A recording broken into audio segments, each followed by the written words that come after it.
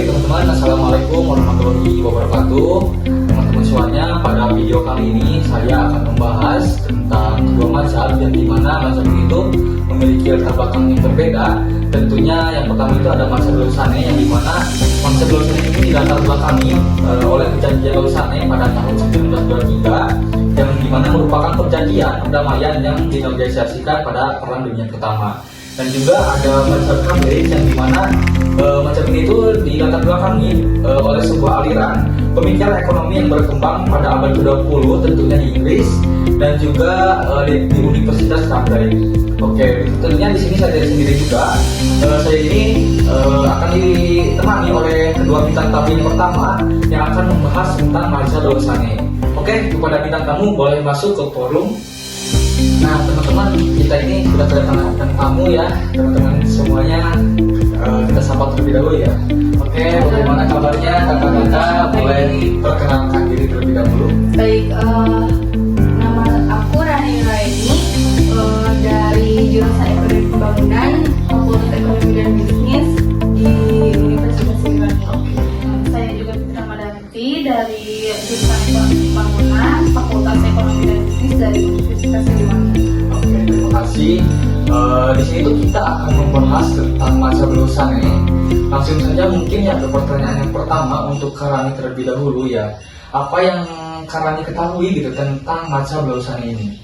Oke, baik, yang saya ketahui tentang mazhab Lausanne ini, jadi mazhab Lausanne ini merupakan sebuah aliran ekonomi yang berkembang di kota Lausanne yang berada di Inggris dan berkembang pada abad ke-19. Nah, rekan-rekan ini pasti, tentunya Kak Surya pasti pengen tahu dong apa sih yang faktor yang membuat mazhab Lausanne ini bisa dikenal gitu kan. Nah, jadi mazhab Lausanne ini dikenal karena pendekatannya yang matematis dalam analisis ekonomi seperti itu, dan fokus pada teori equilibrium umum. Lalu mazhab Lausanne ini juga berperan penting dalam mengembangkan pemikiran ekonomi yang lebih formal dan sistematis, terutama dalam memahami interaksi antara berbagai sektor ekonomi secara simultan. Seperti itu Kak Surya. Oke, berarti itu ya penjelasan tentang mazhab Lausanne. Tentunya mazhab Lausanne ini tidak mungkin berdiri sendiri ya, apalagi bisa berkembang hingga saat ini. Tentunya mazhab Lausanne ini memiliki tokoh dan juga mungkin ada kontribusinya juga ya. Iya. Boleh dijelaskan Karani tokoh-tokohnya? Jadi mazhab Lausanne ini betul kata Kak Surya tadi. Tentunya mazhab Lausanne ini tidak mungkin berdiri sendiri. Nah, ada beberapa tokoh yang berkontribusi di dalamnya. Yang salah satunya yaitu ada Leon Wallace. Nah, Leon Wallace ini merupakan salah satu pendiri mazhab Lausanne yang terkenal karena teorinya tentang equilibrium umum. Nah, dalam teorinya ini, Leon Wallace mengajukan gagasan bahwa keseimbangan di seluruh pasar bisa dicapai secara bersamaan jika permintaan dan penawarannya dalam setiap pasar seimbang, seperti itu. Oke, jadi dapat disimpulkan bahwa mazhab Lausanne ini dikenal karena pendekatannya yang matematis dalam analisis ekonomi, dan salah satunya ada tokoh yaitu Leon Wallace yang mengembangkan teori equilibrium. Iya, betul sekali. Oke. Nah, di sini tuh sudah dibahas tadi yang mengenai penjelasan yang tentang mazhab Lausanne, ada pun juga tokoh dan juga kontribusi. Tentunya tentang mazhab ini tuh memiliki kekurangan dan juga kelebihan. Mungkin ini tuh akan dijelaskan oleh Kak Fitri ya. Kepada Kak Fitri silakan. Tentu saja memiliki kekurangan dan kelebihan. Dalam keseimbangan umum, Wallace memberikan kontribusi besar dalam pemahaman ekonomi modern, khususnya terutama dalam memahami hubungan antar pasar dan penggunaan matematika. Meskipun begitu, memiliki keterbatasan dalam asumsi dan kesulitan penerapan dalam realitas, membuatnya kadang dianggap kurang relevan untuk menganalisis fenomena ekonomi yang lebih kompleks dan dinamis. Oke, jadi dapat disimpulkan bahwa penerapan dari teori equilibrium ini salah satunya yaitu pengaturan suku bunga, dan merupakan yang satunya itu adalah nilai tukar gitu. Oke, mungkin itu ya teman-teman sekilas tentang mazhab Lausanne. Tadi sudah dijelaskan mengenai tokoh, kontribusi dan juga kekurangan dan kelebihan. Baik, terima kasih Kak Rani dan juga Kak Fitri tentang.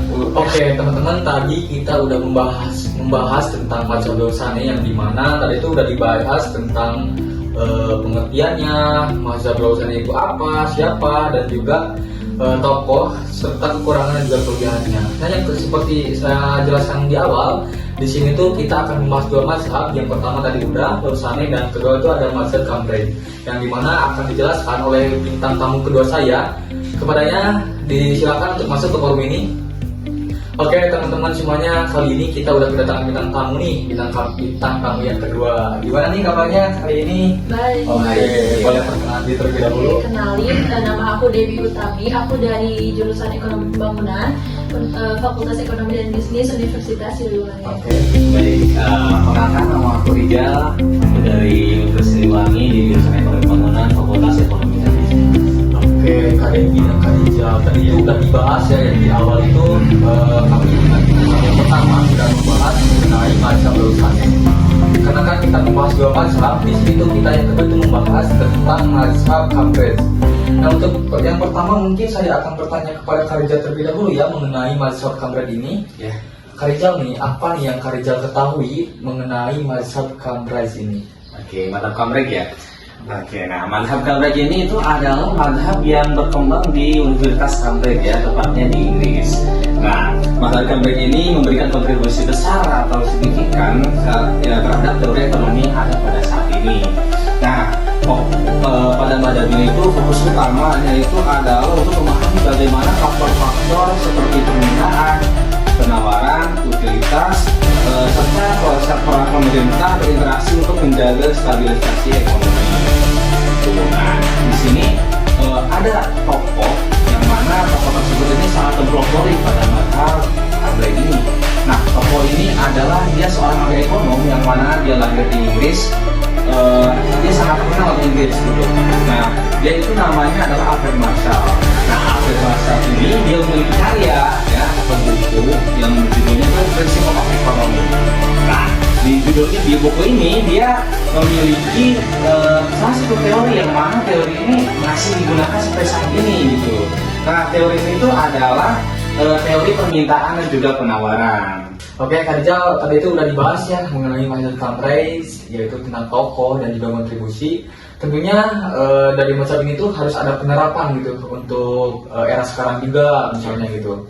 Mungkin untuk sekarang itu saya akan bertanya kepada Kak Debbie ya, bagaimana gitu penerapannya, dan juga tentunya dari mazhab itu mempunyai kekurangan dan juga kelebihan gitu. Boleh dijelaskan Kak Debbie ya? Oke, baik, terima kasih. Oke. Seperti yang sudah tadi Kak Rijal jelaskan ya terkait kontribusi yang dipelopori oleh Alfred Marshall itu ada permintaan dan juga penawaran.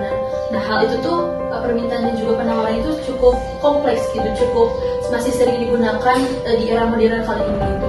Misalnya tuh dalam penentuan harga pasar. Jadi misalnya tuh si perusahaan menggunakan konsep permintaan dan penawaran ini tuh untuk menentukan suatu keseimbangan harga gitu. Nah, jadi dititik terangkan ataupun diberlakukannya permintaan dan juga penawaran itu tersendiri di penentuan harga pasar si perusahaan tersebut. Kemudian setelah itu juga penerapan permintaan dan juga penawaran di era sekarang ini tuh ada analisis perilaku konsumen. Nah, di mana Marshall ini tuh memberlakukan juga elastisitas permintaan, di mana hal ini tuh bisa digunakan untuk si perusahaan untuk memahami bagaimana kondisi konsumen jika terjadi kenaikan harga. Selain itu juga ada kebijakan publik dan juga pajak yang sudah tadi dijelaskan oleh Kak Rijal di kontribusi permintaan dan juga penawaran. Di sini itu dikembangkan bahwasanya